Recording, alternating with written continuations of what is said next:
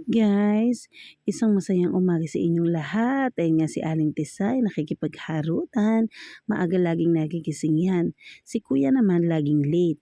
So Saturday naman ngayon, hinayaan ko na si Kuya matulog na mahaba. Ayun nga ang Aling Tisay nangungulit pa. At ayan na nga, gising na si Aling Tisay. Tinutulungan si Mami. O, diba naglalaba tayo for today? Ayun ang ating mga nilabahan. Bali konti lang yan. At ayan, nanggugulo silang dalawa. Syempre, lunchtime na. Ayan ang ating ulam for today. Ang napakasarap na inihaw. Then, pambabata, tsaka ang ating butter shrimp. Ngayon, may bibilin tayo sa Save More. Bali, wala ng shampoo si Aling Tisay, tsaka si Kuya Tisoy. Kaya dito tayo bumili. Kasi itong shampoo na to, iskulin yata to eh. Sa pagkakaano ko, parang ang ano niya, maganda siya sa ulo kahit napawisan yung bata. Mabango pa din yung ulo nung mga bagets.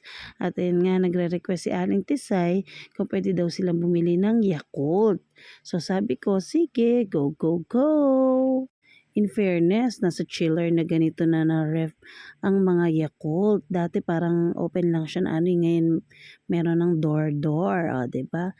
Ayan, hinelp ni Kuya Tisoy si Aling Tisay. Thank you, Kuya. At syempre, nandito naman tayo ngayon sa RCS. Kailangan natin ng mga grocery. Ayun nga si Kuya, dumadampot na, o, diba? Ang bilis. Ayun naman si Aling Tisay, pumipili ng kanyang favorite na Dewy Donut. At ayan, kumukuha si Aling Tisay ng aking coffee. Ayan, coffee ko, baka naman. At ayan si Aling Tisay, tsaka si Kuya Tisay pumipili ng biscuit. Ayan, napakasarap niyang Oreo na yan. Ayan, nakakita din sila ng gamis dyan. So, hinayaan ko kasi mura naman siya. Binabaon din nila sa school yan. O, diba? Nagpapaliwanag pa si Aling Tisay. Nabisa kasi sabi ko, tig-dalawa lang sila.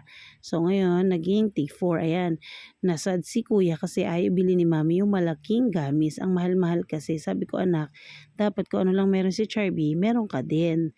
Same na kayo. Dapat hindi yung masihigit ka para wala silang away. O, diba? O, diba? Para silang masaya. O, diba? The more, the happier. Di ba? Tunta si Aling Tisay. At syempre, yan, bibili tayo ng asukal. At nandito naman po tayo sa chip section. Ayan. Yan, kumukuha ng mga bagets na nanamantala. Madalang sila makakain yan eh. Hindi ko naman sila pinakababaunan yan sa school. So, pag may free time lang, tsaka lang kami kumakain yan. Thank you, Kuya, sa laging pag-help kay Mami. Maraming salamat po sa panonood. Ingat po kayo palagi. God bless you all. Good night, guys. Bye-bye.